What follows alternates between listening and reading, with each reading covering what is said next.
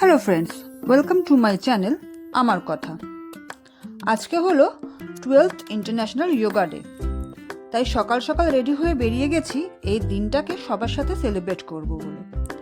সেই জন্য চলে এসেছি সাউথ দমদম মিউনিসিপ্যালিটির আয়োজিত এই যোগা ডে সেলিব্রেশনে। এখানে এসে দেখি বেশ সুন্দরভাবে এই জায়গাটাকে সাজানো হয়েছে এই দিনটার জন্য।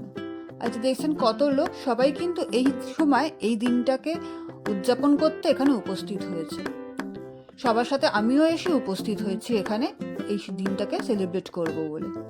সবাইকে একসাথে এত সুন্দর একটা কাজে লিপ্ত হতে দেখে আমার বেশ ভালোই লাগছিল। আর এই দিনে এই সেলিব্রেশনে আমি যুক্ত হতে পেরে নিজেকে খুব ধন্য মনে করছিলাম। কারণ এরকম সেলিব্রেশন প্রত্যেকটা জায়গায় প্রত্যেকটা সময় হওয়া উচিত।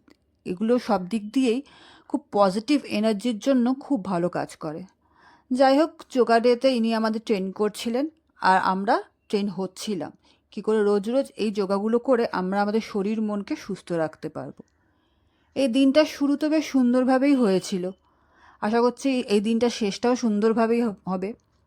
এই যোগা ডেতে সবাই যোগা করছিল, বিভিন্ন বয়সের মানুষ ছিল, বিভিন্ন জায়গার বিভিন্ন কর্মস্থলে সব দিক দিয়ে মানুষ ছিল।